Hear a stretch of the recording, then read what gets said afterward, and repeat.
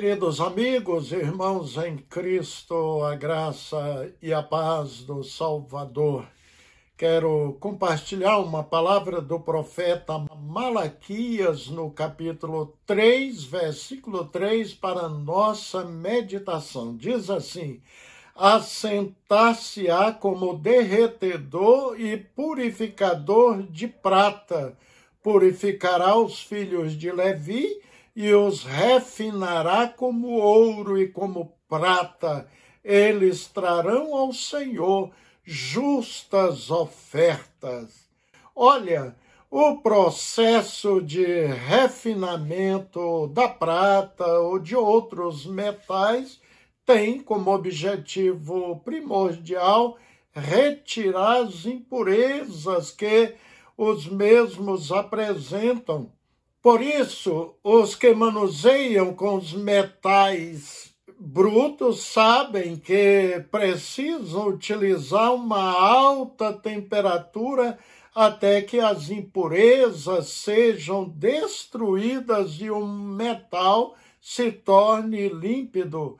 Não existe um momento do refino que informa ao fundidor que as impurezas foram todas retiradas.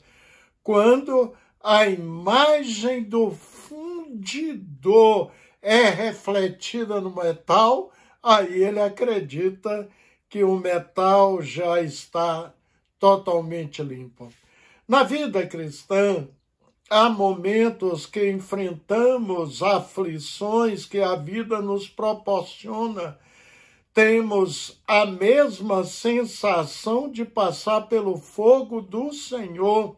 Ser verdadeiramente crente em Cristo Jesus não é tarefa fácil, né?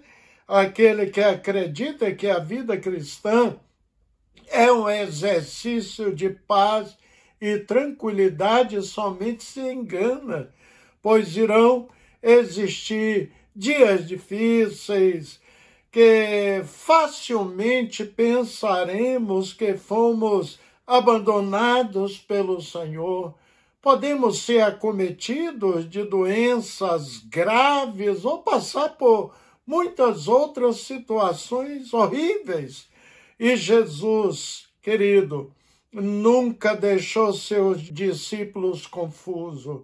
Ele falou claramente: no mundo tereis aflições, mas tem de bom ânimo, eu venci o mundo. João 16:33.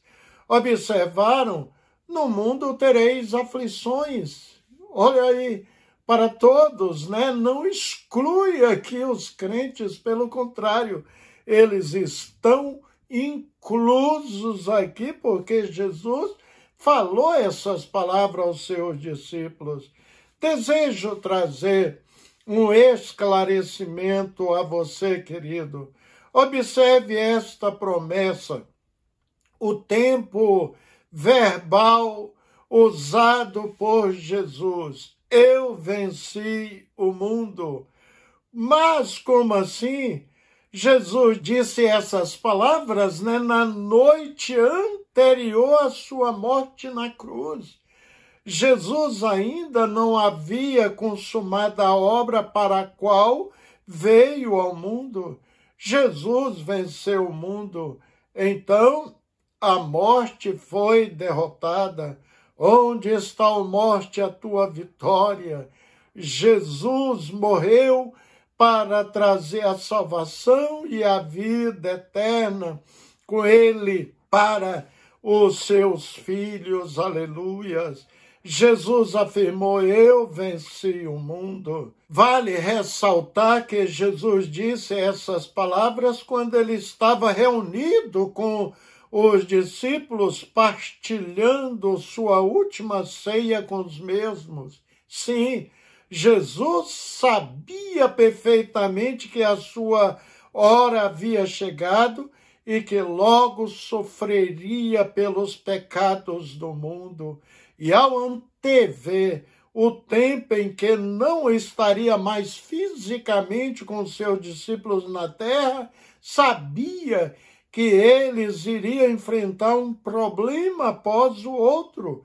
mas antecipou esses dias trágicos, difíceis, com estas palavras: tenham bom ânimo, eu venci o mundo, querendo dizer que eles também venceriam com a ajuda divina.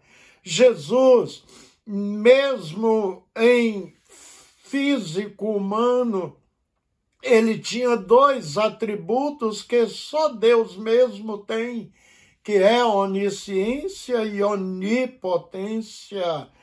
Portanto, ele sabia perfeitamente o que sucederia com eles, como morreriam por assassinato, com exceção a João, que teve a revelação de Apocalipse, foi o único a morrer de velhice. Você pode até passar por semanas e até meses sem passar por uma aflição, mas um dia pode bater em sua porta a mesma. Pode vir uma doença debilitante que ameaça até a sua vida. Talvez perca uma pessoa que você ama muito. Pode vir lutas financeiras, desemprego, perseguições, perigo na cidade, perigo no campo, mas não deixou de avisar o Salvador Jesus: neste mundo vocês terão aflições. Em meus evangelismos, nunca enganei as pessoas dizendo que se elas entregassem suas vidas a Jesus, só teriam bênçãos, vitórias, prosperidade financeira. Temos que ser objetivos, verdadeiros, francos.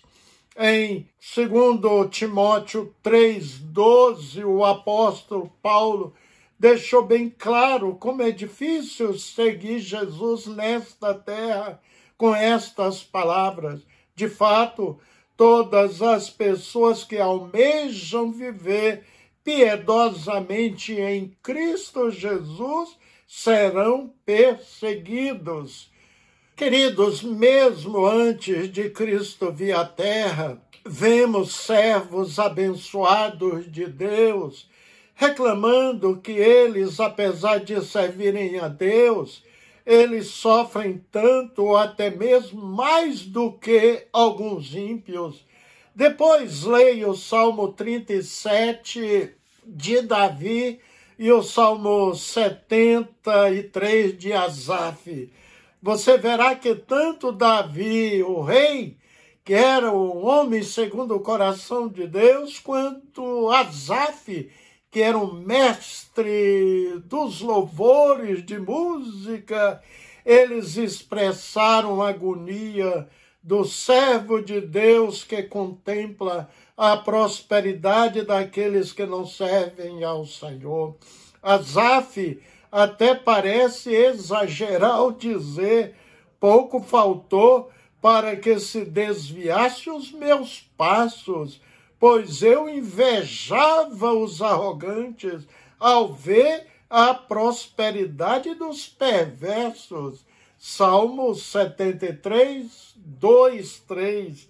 Asaf, queridos, relata que para os ímpios não há preocupações, pois seus corpos são sadios, além de eles não se cansarem como os outros mortais. E nos versículos 4 e 5 ele diz: não tem perseguição religiosa para um ateu, para um ímpio, não é mesmo? Em outras palavras, mas tem milhares de crentes em países totalitários, comunistas, que sofrem muito, mas muito mesmo, para manter firme a sua fé em Cristo Jesus. Para esses, a palavra de Jesus se cumpre literalmente sobre as aflições. Sem dúvidas, querido, Paulo foi o apóstolo que mais sofreu ele mesmo menciona essas suas aflições, dizendo: são eles hebreus, eu também, são israelitas, eu também, são descendentes de Abraão, eu também, são eles servos de Cristo. Estou fora de mim para falar desta forma, eu ainda mais. Veja bem agora, trabalhei muito mais, fui encarcerado mais vezes, fui açoitado, mais severamente exposto à morte repetidas vezes. 5 vezes recebi dos judeus 39 açoites. 3 vezes fui golpeado com varas, 1 vez apedrejado, 3 vezes sofri naufrágio, passei 1 noite e 1 dia exposto à fúria do mar.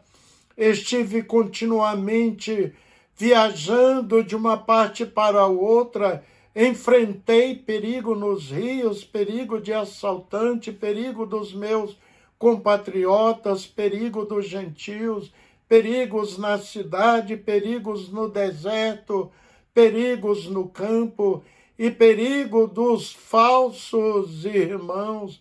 Trabalhei arduamente, muitas vezes fiquei sem dormir, passei fome e sede, e muitas vezes fiquei em jejum, suportei frio e nudez. Além disso, enfrento diariamente uma pressão interior, a saber, a minha preocupação com todas as igrejas.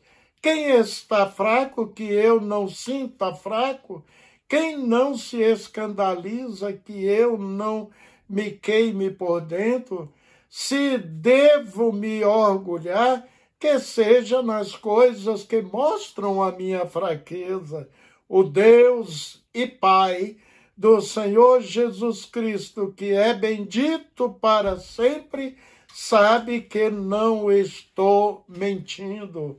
Em Damasco, o governador nomeado pelo rei Arestas mandou que se vigiasse a cidade para me prender, mas de uma janela na muralha fui baixado numa cesta e escapei das mãos deles. Li 2 Coríntios 11, 22 ao 23. E aí, você crente, que às vezes reclama que está passando por algumas aflições, já passou por algumas experiências dessa do apóstolo Paulo? Eu nunca passei, não passei possivelmente 1% do que Paulo passou. Eu, queridos irmãos, com 44 anos de ministério pastoral, eu não posso citar essas palavras do apóstolo Paulo. Realmente, Deus tem sido bom para conosco, né? Tem cuidado, tem nos guardado, tem nos protegido. Agora, o que me surpreende mesmo é o apóstolo Paulo ainda ter força para dizer: tudo posso naquele que me fortalece. Filipenses 4:13. Amém? Vamos falar com Deus. Soberano Senhor, até pelas lutas, provações, enfermidades, podemos ser gratos a Ti. O Senhor nos garante que está conosco todos os dias até a consumação do século. Isso nos basta, Senhor, é suficiente. Saber que podemos, como filhos, contar com o Senhor, com a presença do Teu Espírito Santo em nossas vidas.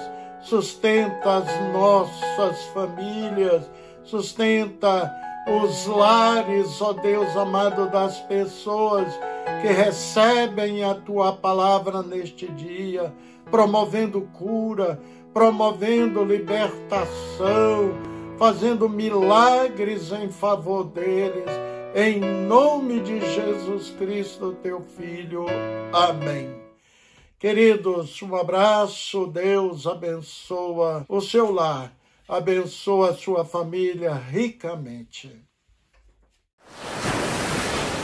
Ó Mestre, o mar se revolta, as ondas nos dão pavor. O céu se reveste de trevas, não temos o Salvador. Não se te dá que morramos, podes assim dormir. Se a cada momento nos vemos, se prestes a submergir, as ondas atendem ao meu mandar. Sossegai, seja o encapelar do mar, a ira dos homens, o gênio do mal, das águas não podem a naufragar, que leva o Senhor, Rei do céu e mar. Pois todos ouvem ao meu mandar. Sossegai, convosco estou para